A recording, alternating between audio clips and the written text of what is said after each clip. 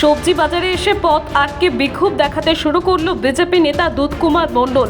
তবে কেনই বা এই কাণ্ড ঘটালেন বিজেপি নেতা দুধকুমার? প্রসঙ্গত, ময়ূরাক্ষী নদী থেকে অবৈধভাবে বালি তোলা ও রাস্তার ওপর দিয়ে জল ঝরাতে ঝরাতে নিয়ে আসা বালির গাড়ি বন্ধ করার দাবিতে বেশ কয়েকবার কোটাসুর বাজারে পথ আটকে বিক্ষোভ দেখিয়েছিল ময়ূরেশ্বর 2 ব্লক বিজেপি নেতৃত্ব, কিন্তু তাতে মেলেনি কোনো সুরাহা।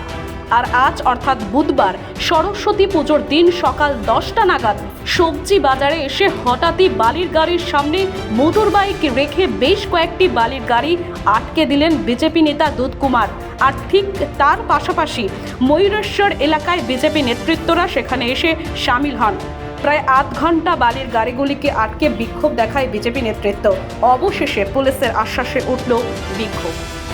আরে নিত্যদিন এই বালির ডাম্পারগুলো ওভারলোড করে জল নিয়ে রাস্তায় এমন করে যাচ্ছে। সকালবেলায় আজ সরস্বতী পুজোর দিন ছেলেমেয়েরা নতুন জামা কাপড় পরে এই রাস্তায় বেরোতে পারছে না।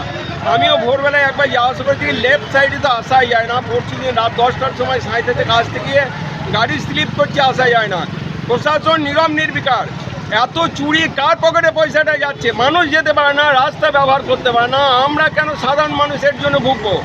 পয়সা ভরে কিছু বালির ঘাটের মালিকরা, পুলিশ প্রশাসন, আর আমরা রাস্তায় বেরিয়ে চলতে পারবো না, আমরা ভালো জামা কাপড় পরে রাস্তায় বেরোতে পারবো না। এটা হতে দেওয়া যাবে না।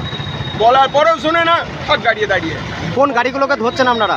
আমরা এই তো বালি ভর্তি লোড, ওভারলোডের বাড়ি এবং জল সহ বাড়ি। দেখে দিয়েছি জল পড়ছে কত, দেখুন এখানে কিভাবে জল পড়ছে। মানুষ চলতে পারে না, সারা রাত ভোর গাড়ি পাস করেছে, রাস্তা বেলায় জলে বাড়ি, গাড়ি বেরোতে পারে না পর্যন্ত। কখন ছাড়বেন এই গাড়ি? গাড়ি ছাড়া নাই, আজকে দাঁড়িয়ে থাকবো। আমার কাজ কামাই করে আমি দাঁড়িয়ে থাকবো। আমি তো বাজার করতে এসেছিলাম, বাজার করতে গিয়ে বালি ঝরঝর করে বালি জ্বালিয়ে যাচ্ছে। আজকে ছেলেরা যেতে পারছে না রাস্তায়।